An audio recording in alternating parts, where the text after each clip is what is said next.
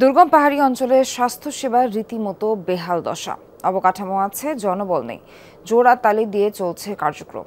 রাঙামাটির 4 ইউনিয়নের মানুষের একমাত্র ভরসা বিলাইছড়ি উপজেলা স্বাস্থ্য কমপ্লেক্সে চলছে মাত্র 2 জনের চিকিৎসক এবং 4 জন নার্স দিয়ে। চিকিৎসা সেবা থেকে বঞ্চিত সীমান্তবর্তী এলাকার মানুষ।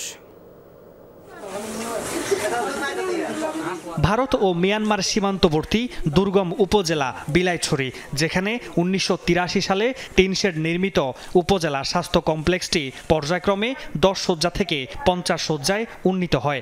4 ইউনিয়ন নিয়ে গঠিত বিলাইছড়ির 33,000 মানুষের চিকিৎসায় একমাত্র ভরসা এই স্বাস্থ্য কমপ্লেক্সটি। নিজেই যেন অসুস্থ। Consultant, gynae, medicine, surgery, anaesthesia বিভাগ সহ 9টি পদের বিপরীতে চিকিৎসক আছেন 2 জন, আরেকজন উপজেলা স্বাস্থ্য কর্মকর্তা। 27টি নার্সের জায়গায় 4 জন, 8 জন ল্যাব টেকনিশিয়ানের মধ্যে আছে 1 জন। এছাড়া হিসাব রক্ষক, পরিসংখ্যানবিদ, আয়া, পরিচ্ছন্ন কর্মী, স্টোর কিপার সহ অন্যান্য জনবলও অপ্রতুল। ডাক্তারে ভালোভাবে আমাকে ছাড়ছেও না। ডাক্তার সংকট আছে, তো এখানে যারা নার্স সংকট আছে। 13টার মধ্যে মাত্র 3 জন না 4 জন সিস্টার আছে। সুইপার নাই, একেবারে নাই। আমরা 3 জন আছি এখন বর্তমানে। তার মধ্যে একজন পুরুষ, ওনার টাইমে উনি তো ডেলিভারি করাইতে পারে না। আয়া নাই, ওয়ার্ড বয় একটা, আর পরিষ্কার পরিচ্ছন্নকারী শুধু 2 জন।